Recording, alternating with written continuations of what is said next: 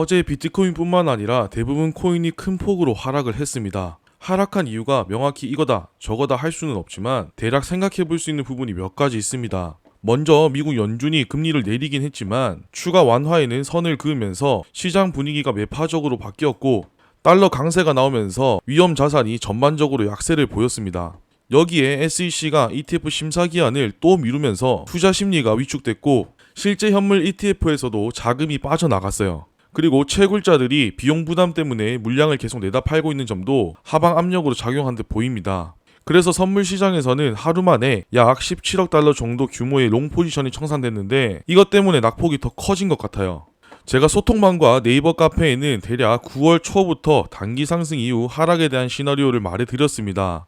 비트코인 주봉 차트는 헤드앤숄더 패턴이 진행 중이고 오른 어깨를 만들 거라 했죠. 정확하게 말하는 대로 지금 흘러가고 있습니다. 이제는 이 넥라인을 지켜주냐 마냐가 정말 중요한데 여기가 깨지면 아마 리플도 다시 한번 큰 폭으로 하락할 가능성이 높아요. 그래서 이런 부분들 제가 항상 체크하고 분석해서 소통방과 네이버 카페에 올려드리고 있습니다. 이미 입장에 계신 분들도 많지만 혹시나 아직 입장 못하신 분들은 아래 댓글에 입장 가능한 링크 올려둘 테니까 참고하시고요.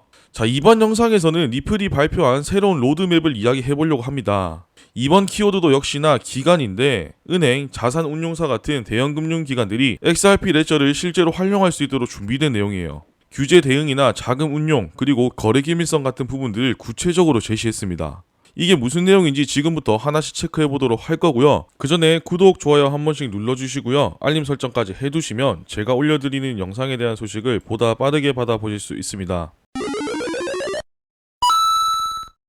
리플이 새로운 계획을 발표했습니다. 이번에는 개인 투자자들이 아니라 미국 월스트리트에 있는 금융기관들을 대상으로 한 겁니다. 쉽게 말해 앞으로는 XRP 원장을 기관들도 활용할 수 있게끔 길을 열어주겠다는 거예요. 지금까지 XRP는 빠른 송금이나 결제 네트워크 정도로 알려져 있었죠. 하지만 이번에 공개된 로드맵은 그 틀을 바꿀 수 있는 내용입니다. 이제는 개인 간 송금이나 거래만이 아니라 은행이나 자산운용사 같은 대형 기관도 XRP 레저를 실제 금융 인프라로 쓸 수 있도록 준비한다는 겁니다. 이게 중요한 이유는 간단합니다. 시장의 무게중심은 결국 큰돈이 움직이는 곳에 생기거든요. 개인이 몇 천만 원을 쓰는 것보다 기관이 수십억 달러를 네트워크에서 쓰는 게 훨씬 더 큰 영향을 줍니다. 리플이 이번 로드맵으로 노리는 건 바로 그 부분이에요. 기관들이 탈중앙 금융, 즉 디파이에 쉽게 들어오지 못한 이유는 뻔합니다. 바로 규제 문제 때문이죠. 블록체인 기술은 좋다곤 하지만 자금 세탁이나 불법 거래에 이용될 수 있다는 우려가 컸고 이게 해결되지 않으면 대형 기관은 움직일 수가 없습니다. 리플은 이 문제를 풀어내려는 거예요. 이번 로드맵에는 두 가지 기능이 핵심으로 들어갑니다. 첫 번째는 인증 기능이에요. 네트워크 안에서 거래하는 주체가 누구인지 자격을 검증할 수 있게 만들겠다는 거죠. 기관 입장에서는 거래하는 상대가 제대로 된 곳인지 이게 중요하거든요. 두 번째는 딥프리즈 기능입니다. 이건 말 그대로 수상한 거래가 발생하면 자산을 바로 동결할 수 있는 장치예요. 규제기관이 요구하는 수준의 안전장치를 네트워크 안에 심어두겠다는 거죠. 이 두 가지를 통해 리플은 기관에게 디파이지만 안전하다는 메시지를 주려는 겁니다. 규제 리스크가 줄어든다면 기관 입장에서도 굳이 피할 이유가 없어집니다. 결국 리플이 하고 싶은 건 탈중앙성과 규제 준수를 동시에 만족시키는 구조를 만드는 거고 이건 지금까지 누구도 확실히 해내지 못했던 부분이죠. 이번 로드맵에서 또 중요한 부분은 대출 프로토콜입니다. 지금까지 블록체인에서 대출은 주로 이더리움 기반 디파이 서비스들이 해왔죠. 하지만 리플은 이 기능을 아예 XRP 레저 원장 안에 내장시키겠다는 겁니다. 기관 입장에서는 이게 꽤 매력적인 요소가 될 수 있습니다. 왜냐하면 은행이나 자산운용사 같은 곳은 항상 자금을 굴려야 하거든요. 그냥 들고만 있으면 기회비용이 크기 때문에 대출이나 투자 형태로 계속 자금 활용도를 높이려고 합니다. 만약 XRP 레저 안에서 이런 대출이 가능해진다면 기관들은 훨씬 빠르고 효율적으로 자금을 움직일 수 있게 되는 거죠. 이걸 뒷받침할 중요한 업데이트가 바로 올해 예정된 XRP 레저 3.0 버전입니다.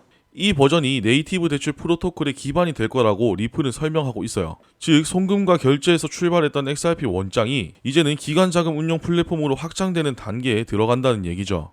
이번 업데이트는 기관들이 XRP 레저를 실제로 활용할 이유가 하나 더 생긴 겁니다. 그렇게 되면 네트워크 안에서 자금이 더 활발히 돌 거고 거래량이 커질 수밖에 없어요. 결국 이 과정에서 XRP 활용도도 같이 늘어날 가능성이 크겠죠.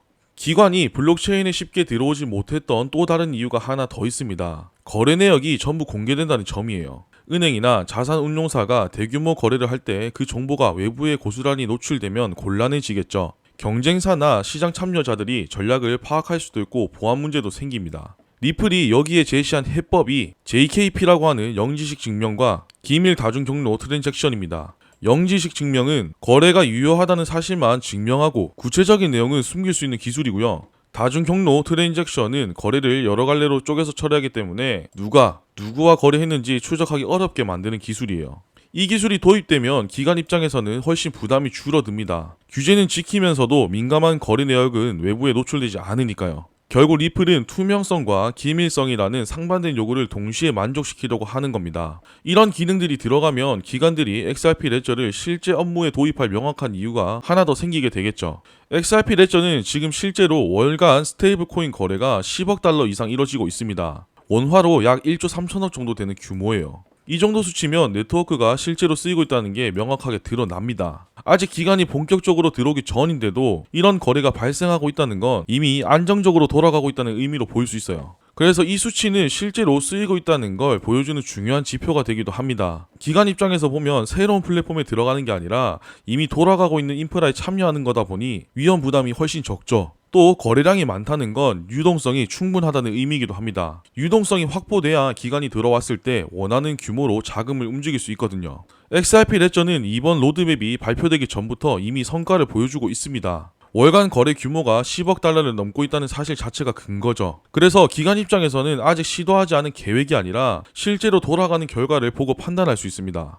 리플이 준비하는 이번 로드맵은 크게 세 가지를 다룹니다. 규제 대응, 자금 운용, 그리고 기밀성입니다. 이 세 가지는 기관이 블록체인에 들어올 때 반드시 확인하는 요소죠. 규제에 맞는 안전장치가 있어야 하고 자금을 효율적으로 굴릴 수 있어야 하며 거래 내역이 외부에 드러나지 않아야 해요. 리플은 이 조건들을 맞추겠다는 겁니다. 결국 이번 로드맵은 앞으로 어떤 기관이 실제로 XRP 레저를 활용하기 시작하는지가 핵심 포인트가 될 겁니다. 리플을 투자하는 저희들은 당장 가격의 움직임도 중요하지만 이 로드맵이 실행되는 과정에서 실제 참여하는 기관이 누구인지 그리고 그 규모가 얼마나 되는지 이걸 체크하는 게 더 중요해요. 월스트리트가 XRP 원장에 들어오기 시작한다면 시장의 성격은 지금과는 크게 달라질 거라고 생각합니다. 자, 오늘 준비한 내용은 여기까지고요. 혹시나 중요한 이슈나 큰 변동성이 발생할 경우에는 가장 먼저 내용 정리해서 소통방에 공지 올려드리도록 하겠습니다. 아직 입장 못하신 분들은 아래 댓글에 있는 링크 참고해서 입장하시면 되고요. 이번 영상이 유익하셨다면 구독, 좋아요, 그리고 알림 설정 잊지 말고 꼭 한 번씩 눌러주시고 저는 또 알찬 내용 준비해서 돌아오도록 하겠습니다. 감사합니다.